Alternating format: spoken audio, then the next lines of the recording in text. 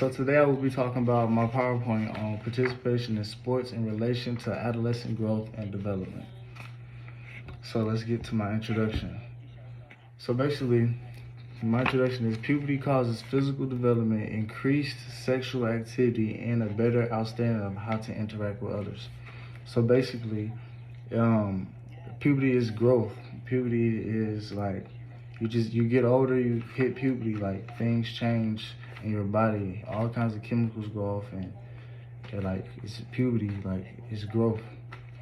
So my second bulletin is numerous factors such as sexual development, physical and mental development, age influence how young people think about participation in sports. So I'm gonna go into that a little bit more.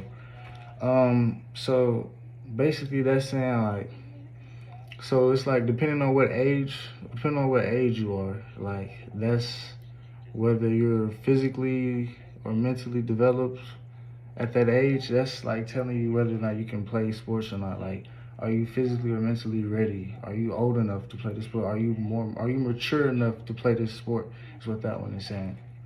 Furthermore, during adolescence, gender differences become more apparent and can have significant impact on sports. So basically, the gender differences, I'm gonna break that down.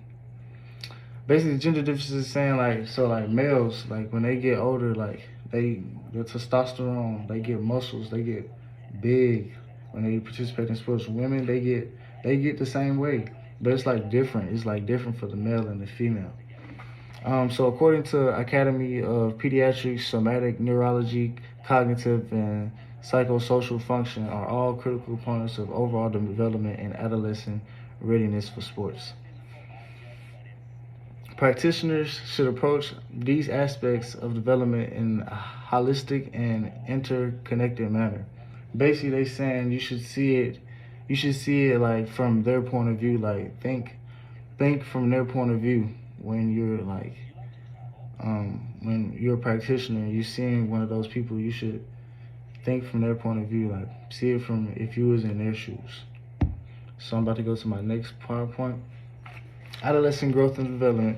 So during this stage, a lot of changes are involved that happens at once to the body and brain in a person. As a result of these changes, new developments, adolescents experience a heightened need to be active, which in some cases channel them to participate in sports. Self-realization during adolescent acts as contributing factors to either being more involved in sporting activities or shunning away from sporting activities. So depending on if you hit puberty or not, and you hyper, you got a lot of adrenaline, you got a lot of energy, that's you probably gonna participate in sports versus like you just lazy, like your testosterone's not, you don't have a lot of energy, like you just sit around, like you probably don't want to play sports. So in these cases where there are developments of increased interest in sporting activities, both male and female gender tend to lead towards the involvement in sporting activities that appeal to them.